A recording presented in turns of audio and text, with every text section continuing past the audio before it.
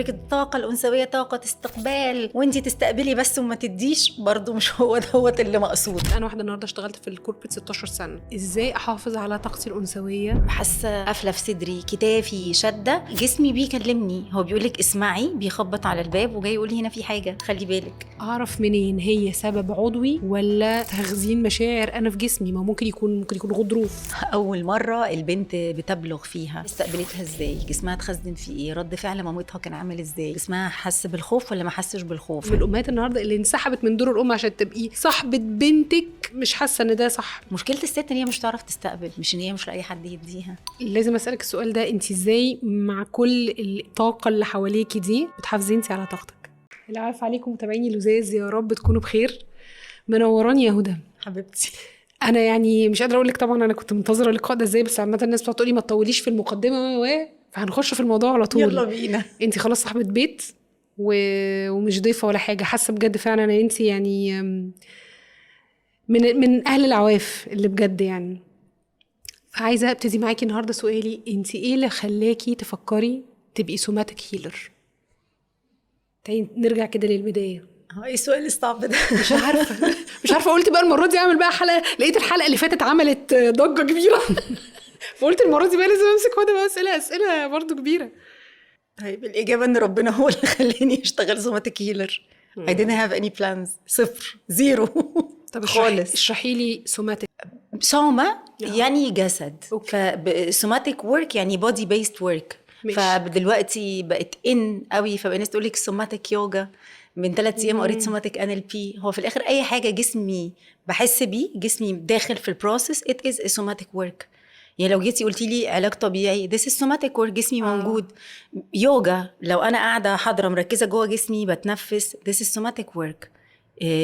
مساج this is somatic work، ما هو جسمي داخل جوه البروسيس. طبعا اكبر مدرسه في السوماتيك او اكتر مدرسه مشهوره هي somatic experiencing.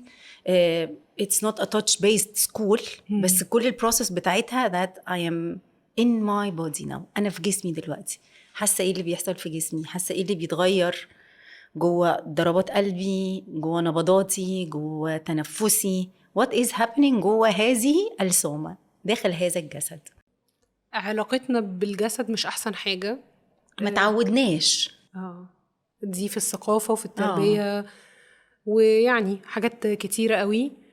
ازاي انا لو النهارده يعني ايا كان سني ايا كانت المرحله، انتي قولي لي لو هي مختلفه في كل مرحله، ان انا ابتدي علاقه بجسمي، وان انا اربط مشاعري وافكاري ووجعي بجسمي. والله انا بقيت مسميها سوماتيك ليترسي، يعني انا يبقى عندي لغه الجسد هو بيكلمني طول الوقت، وجسمنا مش بيكلمنا بالكلمات، جسمنا بيكلمنا بالاحاسيس او كلمه احاسيس دي من الحواس الخمسه. يعني سمع، بصر، شم، بنظر، جلد، سنسيشنز.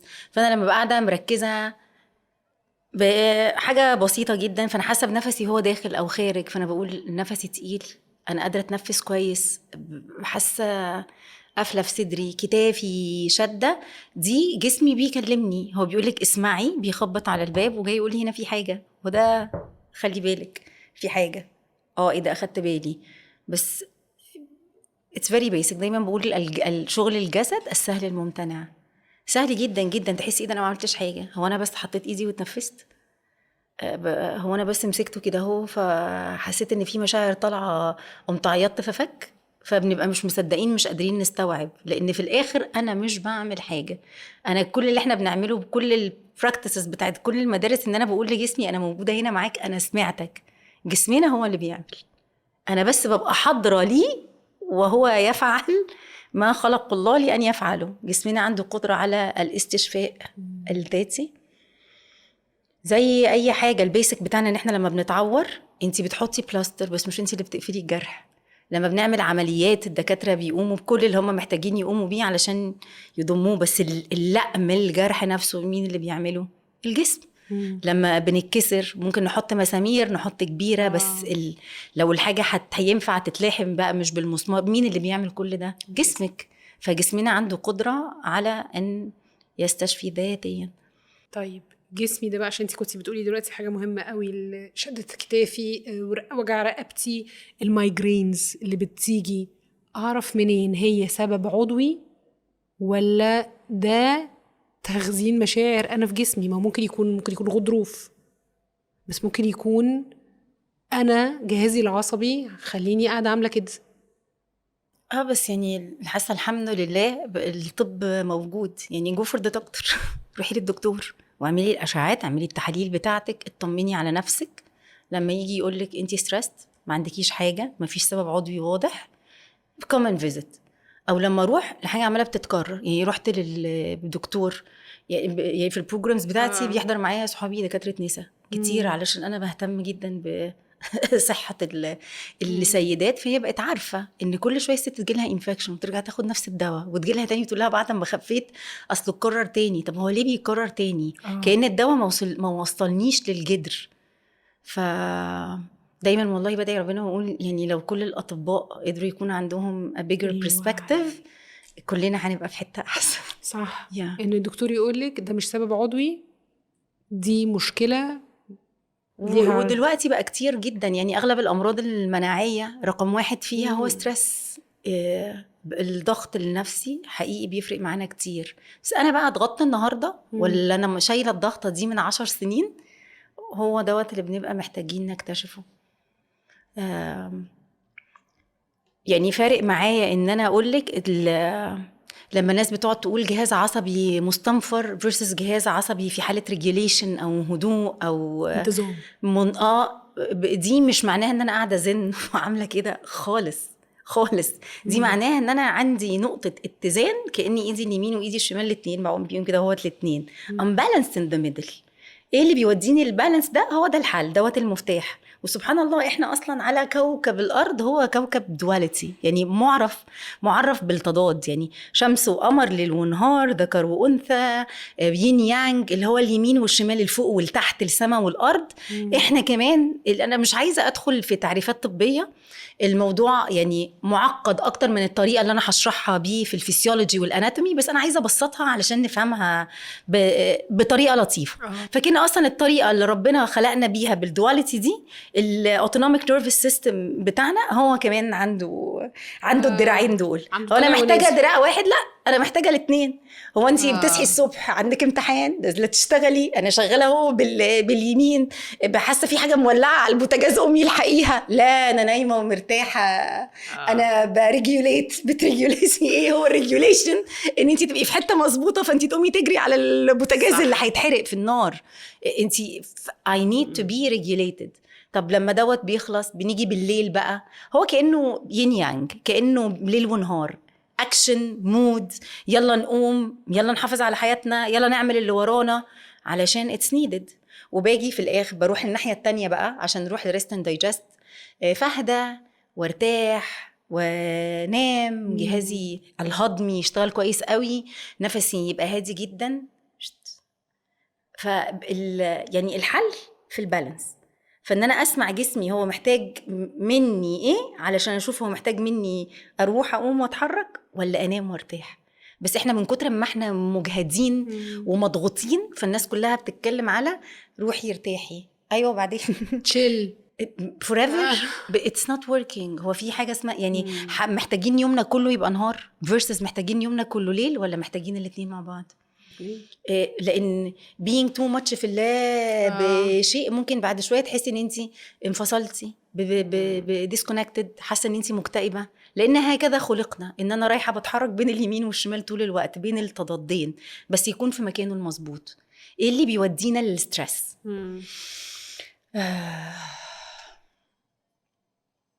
اني لما بتحرك زي ما قلت لك ان في حاجه على البوتاجاز وانا حاساها بتشيط، يا لهوي النار هتولع البيت، اجري يا مجدي. فاجري يا مجدي دي بتجيب ضربات قلب سريعه قوي، شالو بريذنج وانا بجري، عينيا مبربقه عشان اركز. وساعتها نقطه مهمه قوي، عشان ليه بنقول ان التوتر بيأثر على الجهاز الهضمي. اني وانا متوتره انا بصي عملت ازاي كتافي اول ما قلت لك وانا متوتره، يلا بالسكينه او يلا نجري، ما هو يا حفايت يا حجري يا ههاجم، يلا انا كلي مستنفره. فوانا كلي مستنفره علشان اجري او علشان اهاجم، الهضم مبقاش رقم 1. it is that simple. فانا مش هنأجل ده كمان شويه لحد ما نخلص المصيبه اللي احنا فيها. طب دخلت جوه وطفيت البوتاجاز والدنيا بقت تمام ورجعت قعدت على الكنبه، هل لسه قاعده على الكنبه كده، ولا في حاجه بتقول كان عندي ستريسر عمل لي ستريس في جسمي فحصل لي ريسبونس اللي عامل كده وقمت جريت يا خرابي؟ طب خلصنا خلاص، نعمل ايه؟ اقفل السايكل وارجع اقول وي ار دان. في ناس ما بتقفلش ارجع السايكل بقى يس بتفضل الحالة دي مستمر. بالظبط. دي نظرية من النظريات اللي بالنسبة لي ساعدتني جدا كتير في شغلي مع كلاينتس. نقفل بقى السايكلز. طب السايكل دي مفتوحة بقى لها قد ايه؟ عارفة دايما كنت لسه بقول، عارفة التابس لما بتسيبيها في الكمبيوتر من فوق كلها والكمبيوتر رانينج طول الوقت، البرفورمانس بتاعه عامل ازاي وانتي قافلاهم كلهم وانتي فاتحة 100 واحدة ورا وانتي فاتحة 50 واحدة ورا. فده اللي بيحصل وانا اقول لجسمي انا سامعاك، ايوه هو انت عامل، هو ليه نفسي تقيل، هو ليه نفسي تقيل، هو ليه نفسي تقيل. اغلب التفسيرات دايما ليها علاقه بالرئتين مثلا، ليها علاقه بالحزن او بالفقد. هل هناك تفسيرات اخرى؟ طبعا دي تجربتي الشخصيه. احنا بنقول الايه التايتل العام.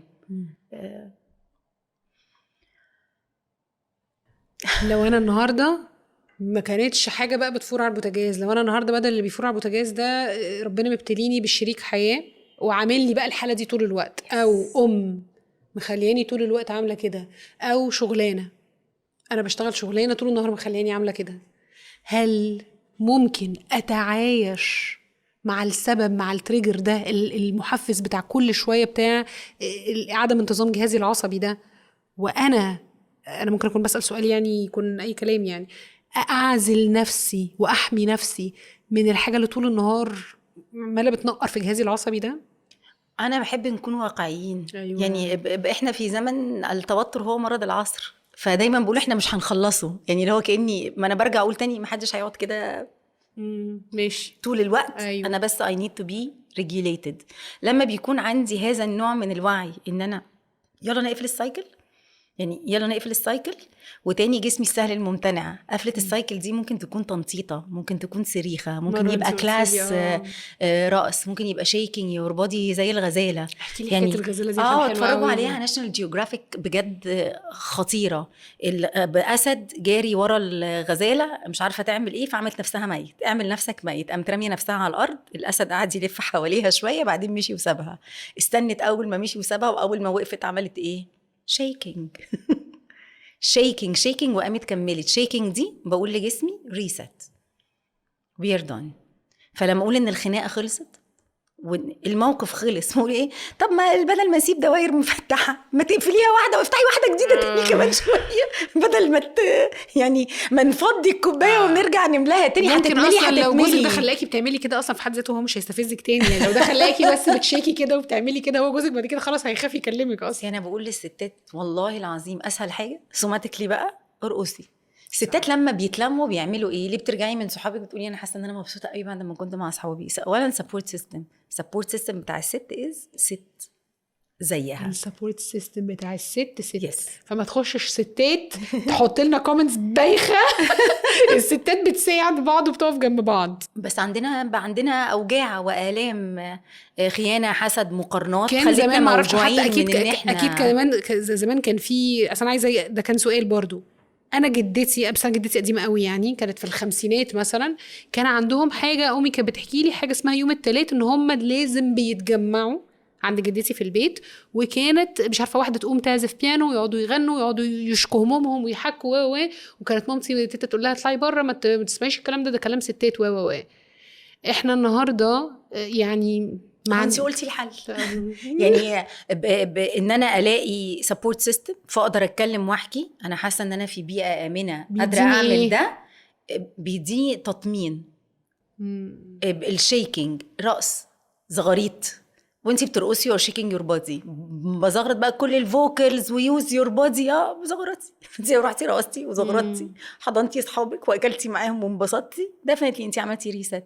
لا بس تخيلي بقى لو دخلتي بالنيه دي، يعني اللي هو انا تعبانه قرفانه زهقانه، انا رايحه بقى اسيب كل دوت هناك واروح في حته تانية. يعني في الاخر انما الاعمال بالنيات، بس حتى يعني من غيرها ما هي بتفرق معانا، بنروح that we are feeling much better. انا قصدي ان اللمه دي النهارده، التجميع دي هي بتحصل دلوقتي صحيح في كافيه، بتحصل في مش عارف ايه. مش انا عايزه ارجع افكر الستات تاني، القعده دي دورها ايه؟ مهمة أوي والله، مهمة ودورها انت جدا. قلتي حلو قوي ان احنا نطمن، فما نقعدش ننظر، ما اقعدش اقولك بقى ايه ما عشان انت ما سمعتيش كلامي، ما عشان انت غبيه، ما عشان انت مش عارف ايه. احنا لازم نرجع تاني في القعده دي نستفيد منها، طالما بتحصل مظبوط. نعملها للغرض الصح منها، التشافي. القعده دي مش قعده هزار وبس، مش قعده ضحك وبس، صح مش قعده ضحك وبس لكن هي قعده. هو صراحة الأهم مش قعدة نميمة بس، very low vibration. يعني خليكي مع نفسك، ركزي في نفسك، في حالك، في اللي انتي فيه. خليها بجد support system، خليها نظام داعم ليكي ان انا بدخل في حالة وبخرج في حالة احسن. دور الست للست مهم جدا جدا. ستات كتير قوي تفضل تقول لك اصل انا جوزي ما بيعمليش، جوزي ما بيعمليش، جوزي ما بيعمليش. انا واحده كنت من الستات دي بصراحه في اول جوازي، يعني كنت لسه صغيره وكنت هبله جدا، وكنت بتكلم مع واحده صاحبتي وبقول لها ما بياخدنيش يصفرني. بصيت لي قالت لي ياسمين ما تسافري معانا. فحسيت ايه ده المفتاح من جوه، انا اللي قافله على نفسي. ما سافر، الراجل عمره ما قال لي ما تسافريش، ما اخد بعضي واخد ابني واسافر.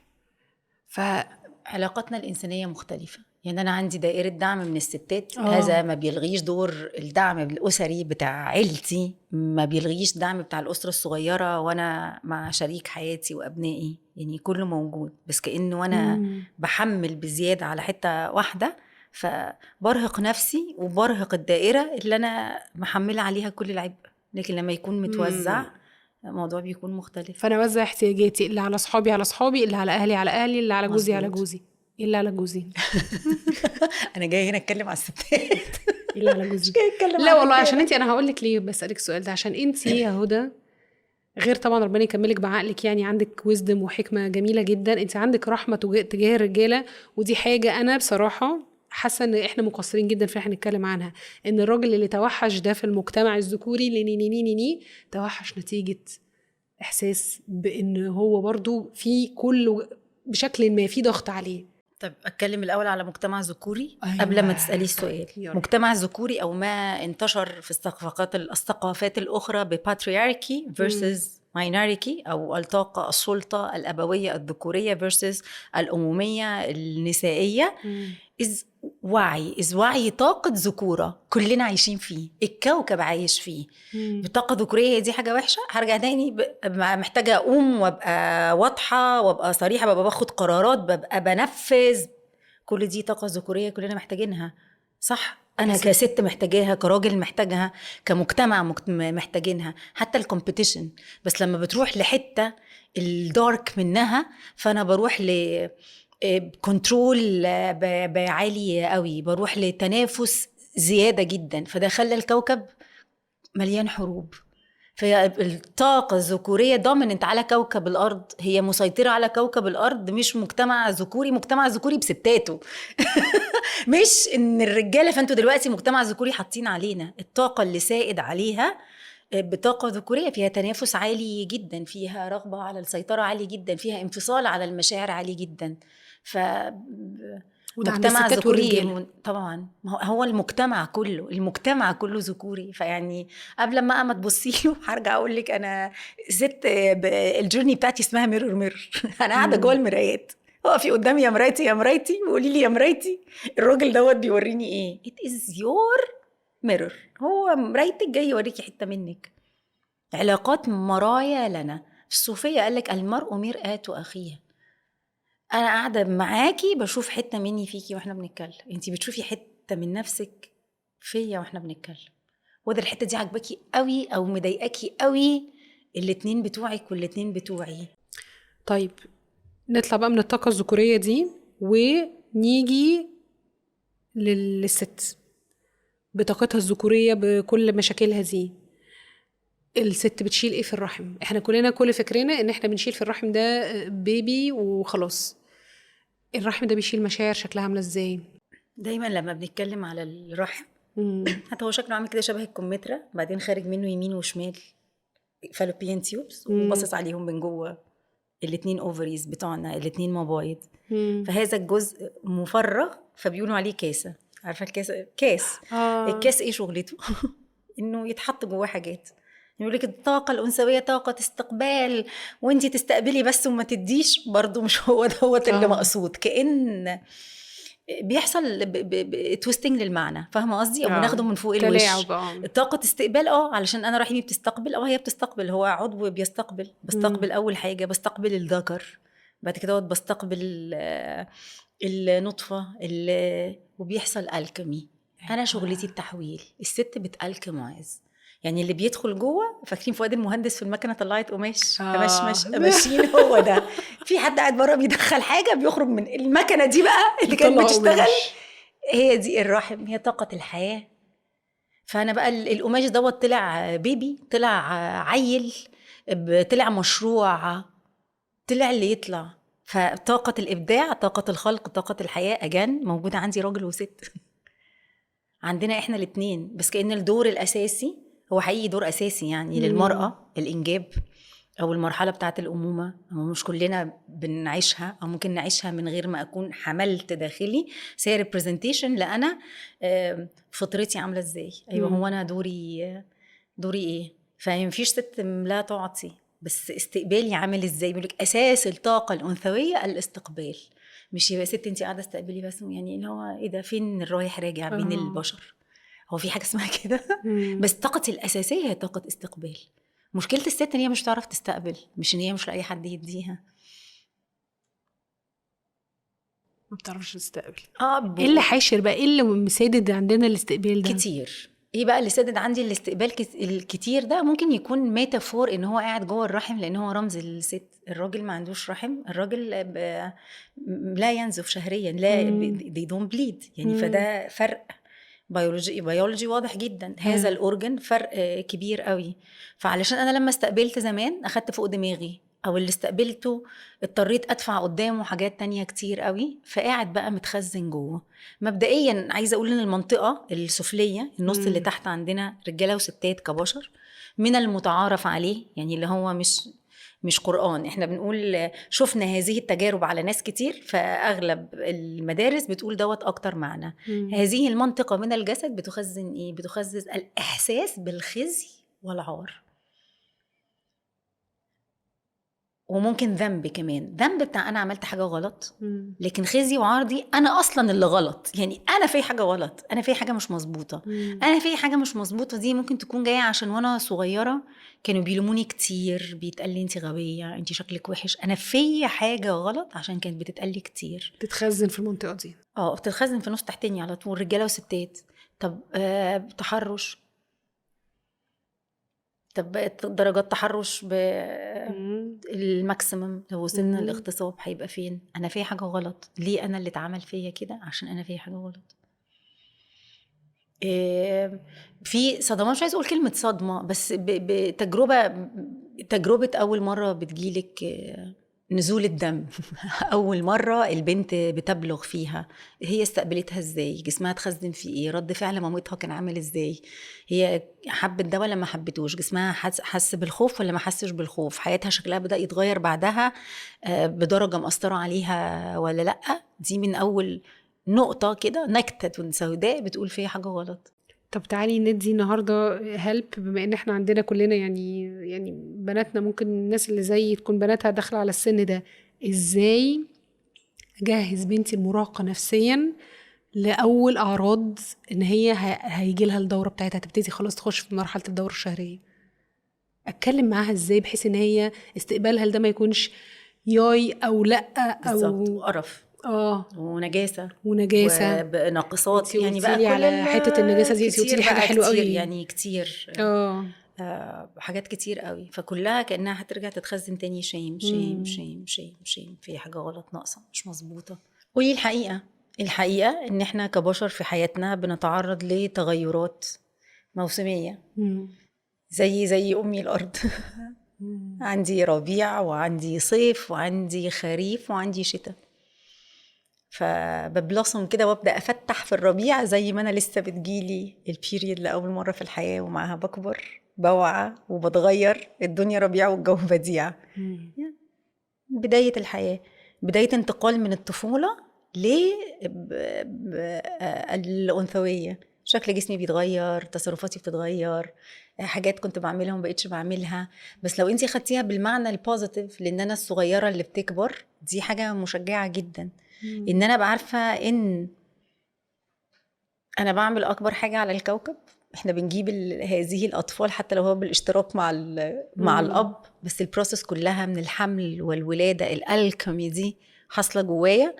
فده السبب الرئيسي بتاعه شيء مقدس جدا، حاجه كبيره قوي، جزء كبير قوي من البروسيس، من اكتمال دوره الحياه على هذا الكوكب. هي ما هيش حاجه صغيره، دي حاجه كبيره قوي.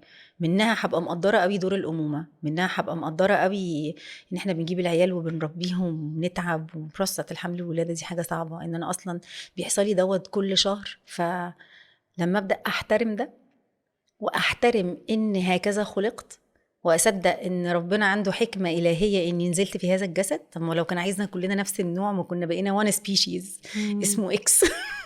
كان في كل الحاجات في بعضها.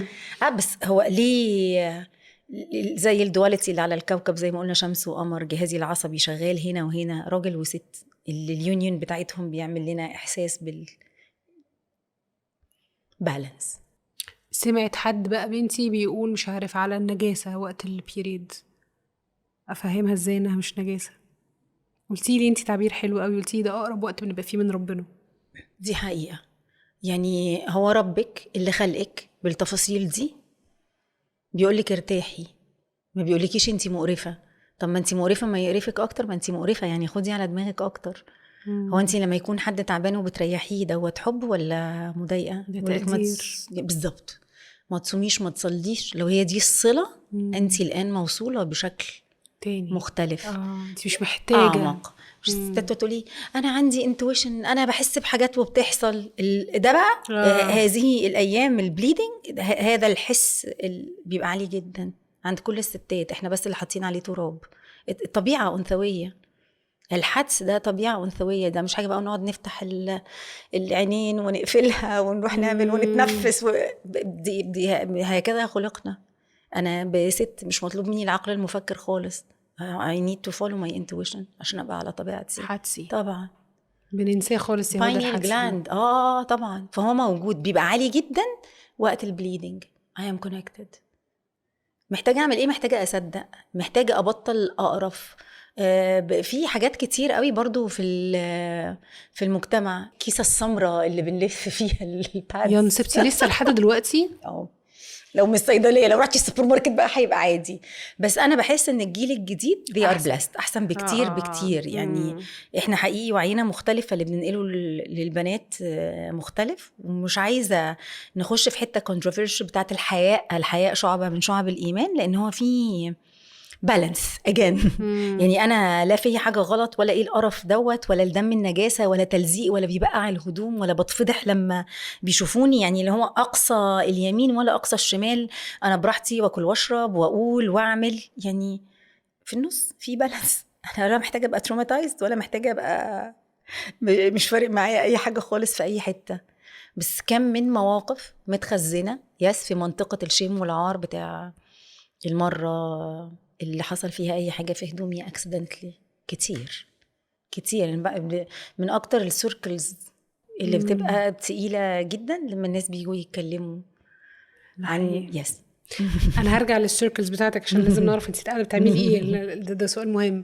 بس عشان احنا بنتكلمنا في حته ان احنا علاقتي ببنتي احنا المره اللي فاتت طرقنا باب كده في سؤال، لما قلتي لي ولادك مش ولادك طول العمر، وقلتي لي او مش ملكك طول العمر، مش ولادك يعني مش بتوعك طول العمر.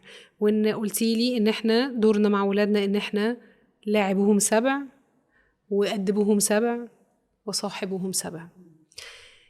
الأسئلة اللي جات لي في الحتة دي أو التعليقات كانت بتتكلم أكتر على فكرة السيكونس. لو أنا النهاردة كأم فوتت مرحلة إن أنا ألعبهم أول 7 وبعدين دخلت على أدبتهم وسقطت مرحلة الريكوفري بتاع ده، اللي احنا أعالج. ما هو أنا بشوف إن هي سلم، ما أنا لو لعبتهم هعرف أدبهم من غير ما أخسرهم. فلو أنا النهاردة كأم فوتت مرحلة ومعرفتش ان انا يعني هل في امل ان انا الحقها ولا خلاص فاتت، ركزي دلوقتي، ده مش سن اللعب، فاتت مرحله اللعب، ركزي في مرحله التأديب. ولو انا فاتني مرحله التأديب، هكون صريحه معاكي جدا، كتير قوي قوي دلوقتي في مجتمعنا امهات المراهقات، البنات المراهقه، مش هتكلم على الولاد المراهقين لان يا حبايبي هم كلهم اصلا مخهم في البلاي ستيشن ويقوموش من عليها، لكن امهات البنات المراهقه. فبلاقي مثلا انا دلوقتي في سن ان انا صحابي بناتهم ما شاء الله كبروا كده، فتقول لك انا بنتي مصاحبه، وانا مصاحبه بنتي علشان تحكي لي كل حاجه ما بينهم. طيب انت راضيه عن العلاقه؟ لا طبعا، بس انا مش قادره اقول لها حاجه عشان ما اخسرهاش، اصلا انا صاحبتها. انا عندي يعني دي مش حاجه عارفه، صعبه قوي. دي حاجه صعبه جدا جدا. عندي مشكله يعني في الحته دي، ان انا صاحبه بنتي. هو انا صاحب بنتي ازاي؟ شكل صداقتي ببنتي اصلا عامل ازاي؟ انا هفضل في الحته بتاعتي، لا يصح الا الصحيح. ماشي. بين دار يعني عشت مع بناتي، هفضل أيوة. مش موافقه يعني، ما اقولكيش قلت لها تصدقي ممكن يبقى احسن. طبعا مش قصدي نعمل كده، بس ولا فهمك. لحظه كنت حاسه ان هو اوكي، اتس نوت اوكي. ما هو منظومه القيم بتاعتي راحت فين؟ يعني هل انا حقيقية مع هدى في هذه اللحظة وأنا بتكلم مع بنتي؟ لا، مش قادرة. يعني اللي داخل جوه بعضه اللي عكس بعضه دوت، أنا بقوله أنا دوت بالنسبة لي مش مناسب، ده عكس منظومة القيم بتاعتي، أنا مش بحب دوت، أنا مستحيل أوافق عليه يعني. لا. بس يعني دكتوري حبيبي قال لي مرة قبل كده، وافقتي ولا ما وافقتيش؟ هتعمل اللي هي عايزاه. قلت له بس أنا هفضل مش موافقة. قال لي براحتك. الله يفتح عليكي. يعني مش مسألة مش صح هو ده وغلط، بس أنا المصاحبة. بشوف إن الأمهات، أنا اللي خليني أسأله إيه على رأيك، اللي عايز البنت اللي عايز تعمل حاجة هتعملها، وأنا مش ضد إن البنت تعمل حاجة غلط ولا بنت تعمل حاجة صح، أنا مش بتكلم في النقطة دي. أنا بتكلم في إن الأم بتتنصل في الآخر من دور الأمومة خالص، وبتلعب دور كامل متكامل صاحبة، فبتعمل عبيطة. فمثلا تشوف ان مثلا الولد ده بيأذي بنتها، وهي عارفه ان الولد ده بيأذي بنتها، تقول بس هي بتحبه. فانا بالنسبه لي حاسه ان انا لا، مفيش حاجه اسمها كده. انت ام تدخلي، العبي دور الام. الامهات النهارده اللي انسحبت من دور الام عشان تبقي صاحبه بنتك، ما اعرفش يعني، مش حاسه ان ده صح، مش حاسه ان ده في الاخر في مصلحه بنتك. ده مش في مصلحه بنتك. ربنا خلقك بنتها مش صاحبتها، ربنا خلقك امها مش صاحبتها في الاخر. انا عندي صاحبه اروح احكي لها واشتكي لها ومش عارف ايه، مش هتقلع اللي في رجلته دي، بس هروح لماما هتجيبني من شعري. فكل واحد ليه دور. انا هفضل ثابته على موقفي، لان دي منظومه قيمي، هي دي حقيقتي.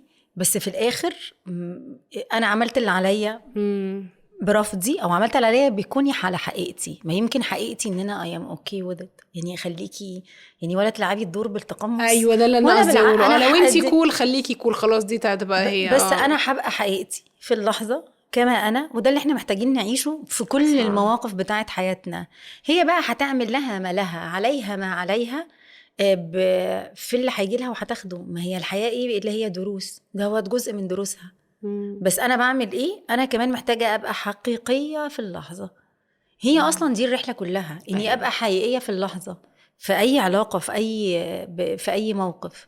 كان في الاول كمان كنتي بتساليني هو ده بيضيع ده؟ لا، بحس اتس نيفر تو ليت. ما انا وعي دلوقتي ما كانش وعي ساعتها، بس انا قادره دلوقتي ان انا اتغير، وان شكل علاقتي بولادي او ببناتي الداينامكس اللي بيني وبينهم تتغير. ما كنتش بدي دوت وبقيت بدي. انا كنت بشتغل في الكوربريت 25 سنه، وكان عندي اوقات كتير قوي ضايعه، وقع مني حاجات من. بس دلوقتي انا واخده بالي قوي ان انا ابقى موجوده بجوده عاليه في حياه البنات دي، مش بالوقت، مش بالكم، بالكيف.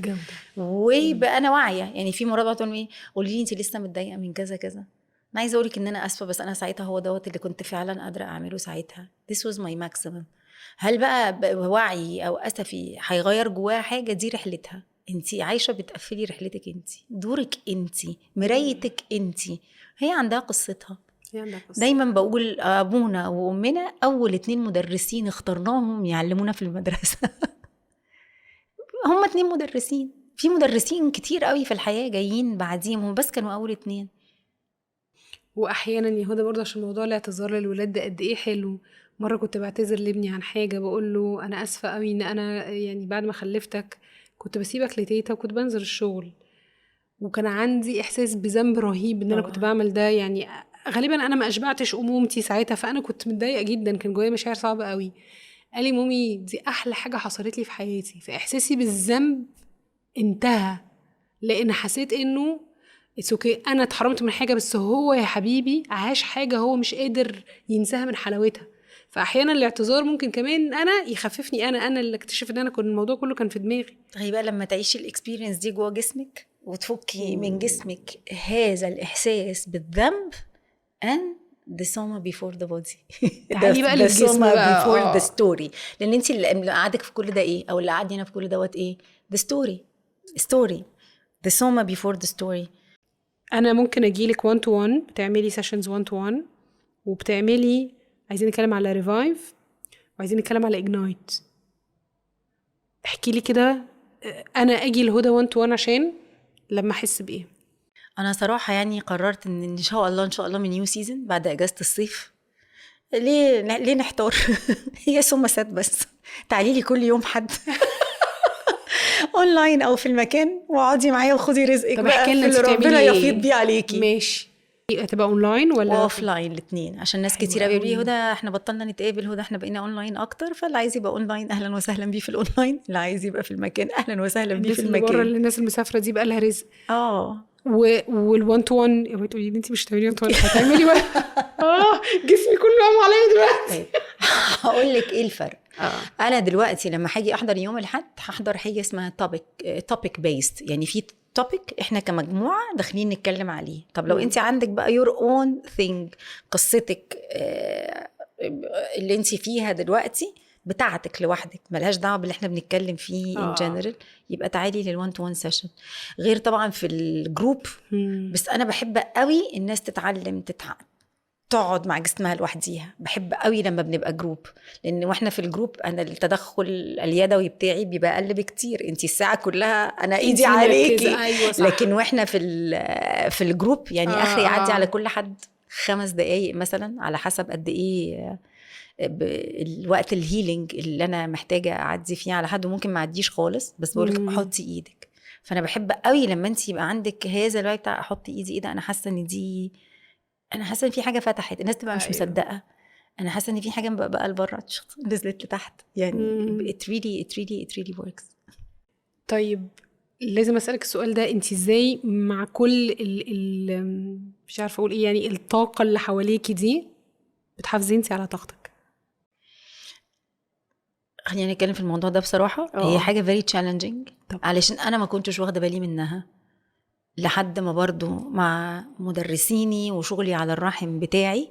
واي حد بيشتغل بيساعد الناس حتى لو طبيب، محتاجة ان انت تبقي طاقتك بتاعتك لنفسك، وفي الاخر انا بساعد انا وسيلة مساعدة، لكن الشفاء الحقيقي هو بايد ربنا.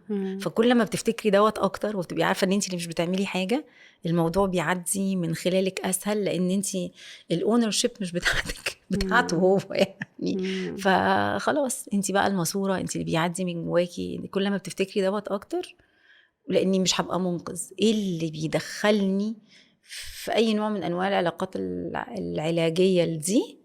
اني احساس ان انا عايزه اوصل لنتيجه عشان انا انبسط، ايجو، او ان انا عايزه انقذ اللي قدامي. عارفه الانعاش بتاع أيوة. القلب وقف وانا هكمل أيوة تاني. أيوة هكمل أيوة. تاني هكمل تاني. بس لو انا يا رب رزقه بتاعك من خلالي، مش هبقى مستنيه نتيجه معينه تطلع في السيشن. بيراضي برزق ربنا عليه. لان هي دي الحقيقه. لكن لو انا فاكره انا اللي بعمل، اكيد هتتاثري.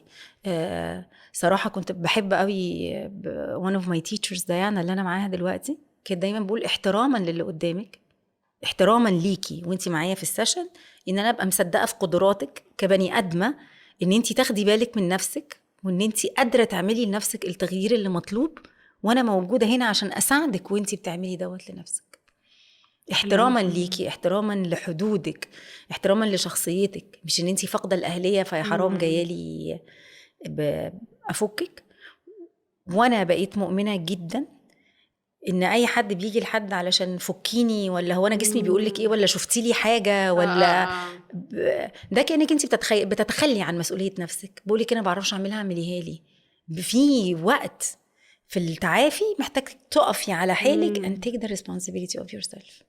asking for help, support system, يعني مجتمع داعم، حد بيدعمك في سيركل، حد بيدعمك one to one، دراسة بتدعمك، بس وانت بتدعمك دي يعني حد بيقولك أنا في ظهرك ما تخافيش، أنا معاكي، أنا عديت ده قبل كده وحصل لي كذا فاطمني، لو حصل لك حاجة شبهها انت كده هوت تمام. لكن أول ما أعمل الشغل بدالك يعني ما هذا ده معناه ان انت مش مؤمنه بيا، او ان انا هحس اصلا ان انا كائن ضعيف انا مليئه لا حيله لي. لكن انت وانت ثقتك كمان شايفه فيا نفسك كده، ففي الاخر ممكن يكون حاجه شبهها كأن انا ضحيه محتاجه انقاذ، فاللي هيروح يعمل لك كده ويوافق على دوت هيبقى بينقذك، فهخش هخش في دي. فكأن كل ما بنتغير بقى من جوه الحفاظ على طاقتي وقت ما انا بشتغل، بس صراحه اخدت مني وقت طويل طويل طويل. ممكن احكي لك حكايه مش عارفه انت بعد كده هتحبي ان احنا نقولها يعني ولا لا، بس اللي خلاني اسالك السؤال ده لما جيت لك اخر مره وكان في يعني حد جوه عندك في الاوضه، فانا سامعاها بترجع، وانا قاعده مستنيه هدى وعماله اقول لنفسي اوعي تعيطي لما تشوفيه ده، اوعي تعيطي، اوعي تعيطي. شايفه هي كفايه اللي هي فيه يعني مش بني ادمه يعني ما. وبعدين انت طالعه ماسكه كيس الزباله مليان ترجيع وتضحكي لي وانا عايزه اقول لك وده انت كويسه. وبرضه سبحان الله مش هرحمها بقى، اول ما شفتك اول ما تيجي كيس انت كويسه رحت انا مش كويسه وده خالص. فانا لقيتك انت رحتي لا يعني كنتي متزنه جدا. يعني انا لو منك كنت رميتني بكيس الترجيع ده في وشي خلاص بترحموني. انا حتى قلت لك طب هو عايز تغسل بيك، قلت لا انا كويسه هغسل ايدي بقى معاكي دلوقتي.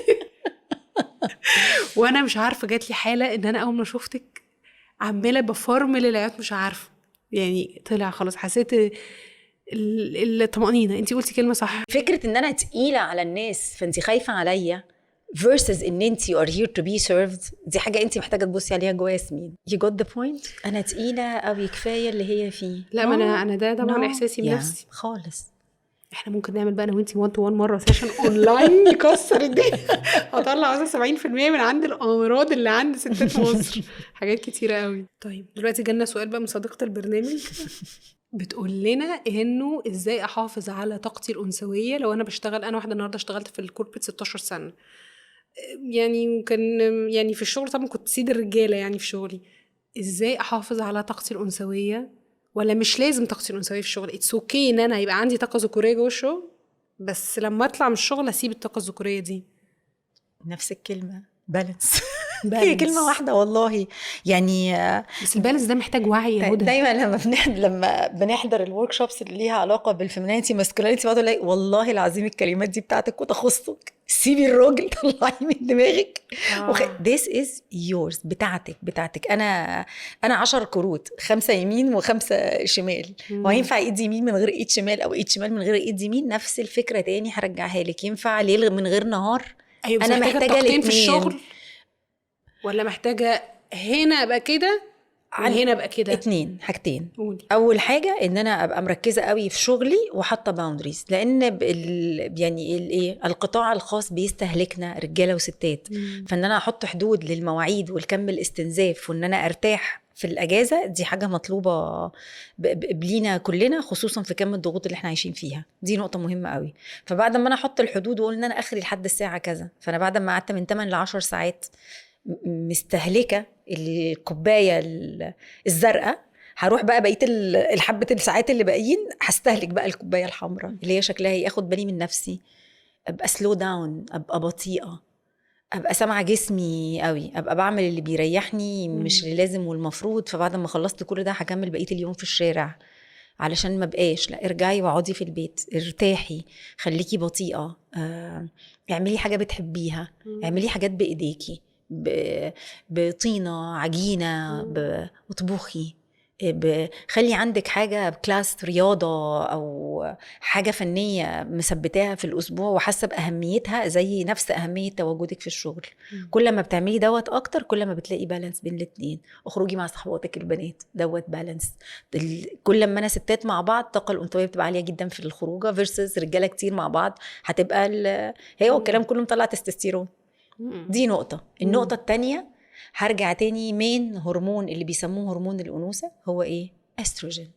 هو هرمون معناه ايه طول ما هو موجود جوه جسمي؟ الاتصال والتواصل. فلو انا هشتغل بطاقتي الانثويه داخل محيط العمل هبقى مركزه قوي في علاقاتي بكل اللي حواليا، ان انا الكوميونيكيشن اللي بيني وبينهم يبقى لطيف، وان انا ابقى كونكتد معاهم. ده مفتاح بالنسبه لي، هو الاساس.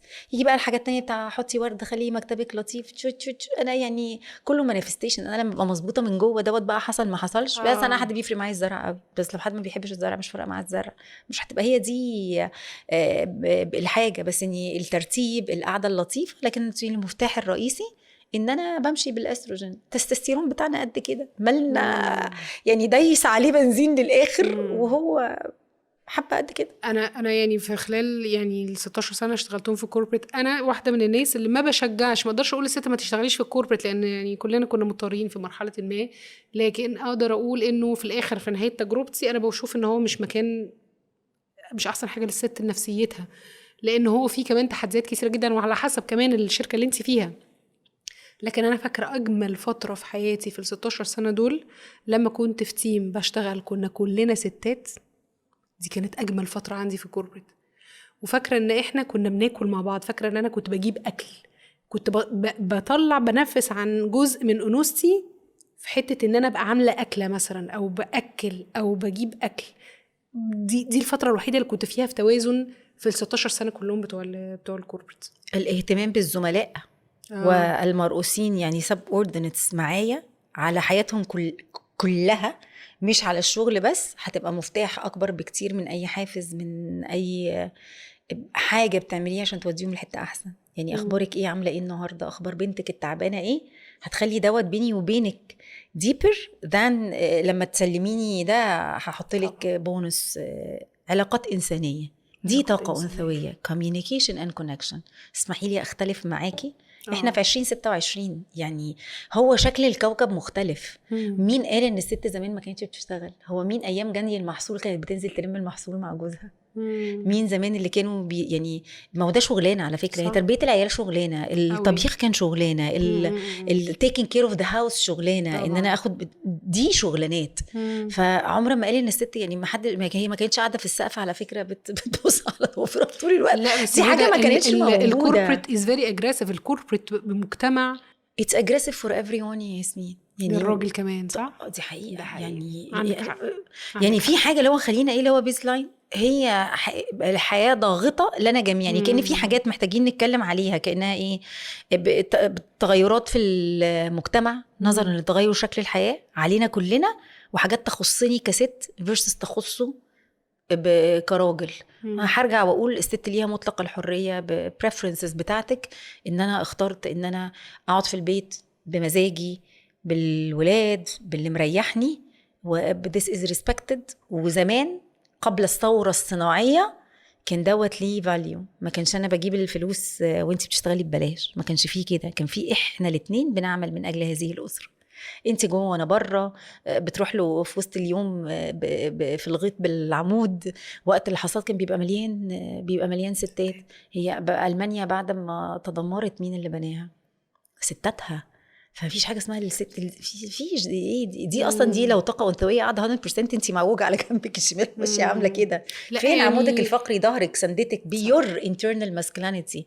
لا طبعا الست ليها دور كبير قوي، بس ان انا ابقى مسحوله اكشلي انا حاساها راجل وست اللي هو بتاع عدد ساعات العمل دي، ده ضغط جامد قوي، وكاني محتاجه دايما اشوف المقابل مناسب ليا ولا لا. هل المقابل بتاع البيت والعربيه والشاليهات والحياه كريمه على حسب كل حد شايف الكريمه بتاعته شكلها عامل ازاي؟ ما لو احنا اصلا داخلين الحياه خارج الصراع، زي ما انا يبقى الارادي ولا ارادي مش بيتخانقوا، زي ما سيمباتيك وبارا سيمباتيك بيكملوا بعض، زي ما انا ابقى في سرفايفل وان اتس نيدد ومرتاحه وان اتس نيدد، انا كمان كراجل وست واحنا مع بعض احنا داخلين نعمل الاسره دي مش عشان نتخانق على فكره، عشان نكمل بعض ونساعد بعض ونسبورت، نبقى سبورت سيستم، محدش رامي على التاني، احنا سبورت سيستم علشان هذه الاسره توصل لحته احنا الاتنين عايزين نوصلها. كل ما بنبعد عن ده، هي كلمه واحده، كل ما بنبعد عن البالانس الوسطيه، يعني وسط بشكل عام جدا من وسطاً. خلال الناس اللي بتجيلك لو عندك جملة نفسك قوي ان انتي تصرخيها كده وتتسمع عند الست المصرية، نفسك ايه تمشي جملة؟ حبي نفسك. الله يرضى عليكي. الله يرضى عليكي. سؤال تاني، لو انتي يا هدى النهاردة عندك تايم ماشين ممكن تركبيها وتروحي اي لحظة في حياتك انتي عشتيها عشان تعيشيها تاني او عشان يبقى عندك رد فعل مختلف، عندك اللحظة دي؟ لو كنتي سألتيني السؤال ده زمان كنت هقولك دلوقتي هقولك رد الفعل اللي انا عملته في ساعتها كان احسن حاجة محتاجة تطلع زي ما ربنا كان كاتبها لي. بس في مش لحظة محتاجة نفسك أغير ترجعي حاجة. تعيشيها هي تاني زي ما هي حتى؟ just be here and now. أنا هنا دلوقتي في جسدي الآن. أنا في جسدي الآن. أي حاجة هتطلعك لبره يبقى أنا رايحة قاعدة عند الماضي، وأي حاجة هتوديكي لقدام يبقى أنا رايحة للمستقبل وبسيب اللحظة دي. إحنا دلوقتي مع بعض فين؟ في الأوضة دي. لو قمت نزلت وقعدت في الشارع أنا كأني سبت الأوضة بالتكييف بالقعدة الحلوة دي. طب ولو رحت الشقة التانية أنا سبت الأوضة بالتكييف بالقعدة الحلوة دي. بس هي فين اللي شغال التكييف والناس؟ هنا. This is your now. فانتي طول ما انتي قاعدة هنا انتي قاعدة في التكييف مع القعدة الحلوة دي. هتقعدي في الشارع في الماضي مع نفسك، هتسيبي برضو وتروحي الشقة التانية في المستقبل مع نفسك فاضيين ما فيهمش حاجة فيها the story. وانا طول ما انا ست سوماتيك and the soma before the story، فانا مش محتاجة اعيش في الستوري. ممكن ابكي على الاطلال forever، وممكن اقعد اتخيل سيناريوهات forever، والاتنين هينسوني دي. فلا هحس بالتكييف ولا هحس بقعدتي معاكي ولا هحس بحاجه خالص، لاني مش هبقى هنا. دايما بقول بوابه الحضور ان تبقي في جسمك، والبوابه اللي بتساعدني ان انا ابقى في جسمي هو نفسي. تنفس. just breathe and come back into your body. بننسى نتنفس.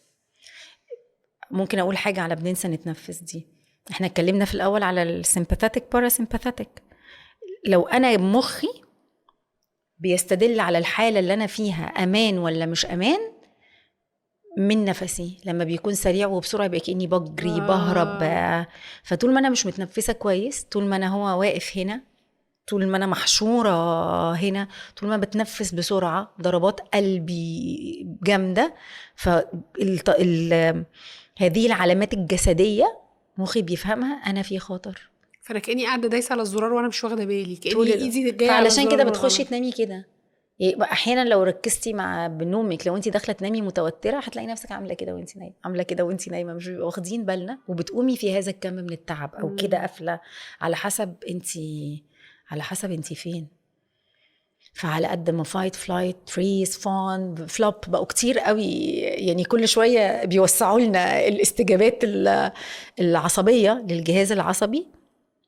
I need the balance بين الاثنين. I need the balance بين رايحة راجعة. أبسط حاجة النفس لما بيهدى بقول إيه ده مفيش خطر. هو حد انتي وانتي بتجري من حاجة ولا وانتي بتعملي حاجة هتبقي وعندك زفير طويل ومرتاحة؟ لا. فهو متعود ان طول ما أنا بتنفس بالطريقة دي أنا في أمان. مهم قوي ان احنا كلنا نبقى فاهمين ان جهازنا العصبي عنده يا خطر يا أمان. ما عندوش انتي شكلك حلو النهاردة، ما عندكيش هما بيحبوكي ولا لأ، ما عندكيش انتي لوحدك ولا متسلية. عنده الستيت دي، اللحظة دي في وسط الناس دي او من غيرهم، انا حاسس بالخطر ولا الامان، اخضر ولا احمر، اخضر ولا احمر. ما عندوش هما لغات كتير. الله يفتح عليكي يا هدى. منوراني يا هدى بجد، ويا رب دايما. وانا مبسوطه قوي ان احنا بنكررها. روحوا شوفوا الحلقه الاولانيه ودي تاني حلقه لهدى معانا. يا رب يعني تكون رزق ناس، ويجعلك دايما رزق طيب لكل اللي حواليك يا هدى. والله شكرا ليكي يا ياسمين، انت عارفه بنبسط معاكي قد ايه. لا يعني مش اكتر مني، انت اكتر حد تقريبا انا لما بقعد قدامه ببقى حاسه بالامان فعلا، الطمانينه. انت بالنسبه لي مصدر طمانينه في حياتي رهيب. يا رب دايما، يا رب يا رب يديمك كده للناس كلها، ويجعل لك رزق برضو من اللي انت بتديه ده يا رب يا رب. شكرا ياسمين. ميرسي يا ريما. اشوفكم على وقت جديد ان شاء الله.